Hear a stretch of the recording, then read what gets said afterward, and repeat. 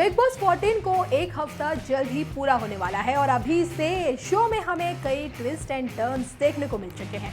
Show में contestants के बीच लड़ाई, झगड़ा, एंटरटेनमेंट का तड़का सब कुछ शुरू हो चुका है। वहीं हाल ही में एपिसोड में बिग बॉस ने रुबीना दिलेक और अभिनव शुक्ला के सामने एक ऐसी चुनौती लाकर खड़ी कर दी थी जिसकी वजह से इन दोनों सितारों की मुश्किलें काफी बढ़ गई थी।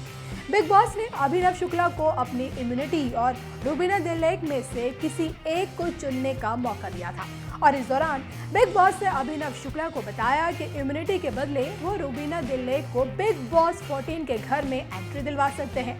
सभी जानते हैं कि रुबीना घर के बाहर ही रह रही है, यानी वो रिजेक्टेड फ्रेशर्स थी और बाकी सभी फ्रेशर्स घर के अंदर कदम रख चुके हैं, लेकिन रुबीना अकेली रह गई है। और बिग बॉस की ये बात सुनकर पहले तो अभिनव शुक्ला काफी परेशान हो गए, लेकिन बाद में उन्होंने बिना देर किए रुबीना दिलेक की जगह अपनी इम्यूनिटी को चुना। जी हाँ, हर कोई अभिनव शुक्ला के इस फैसले से हैरान रह गया क्योंकि वहां मौजूद कंटेस्टेंट्स को भी लगा था कि वो रुबीना को बचाएंगे।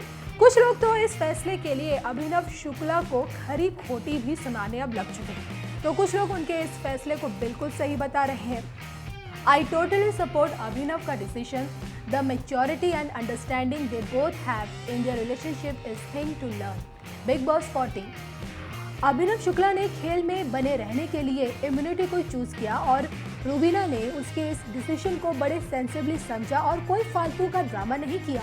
This shows how sorted and understanding couple they are. Kudos to both. So proud of Abhinav to not give up his immunity.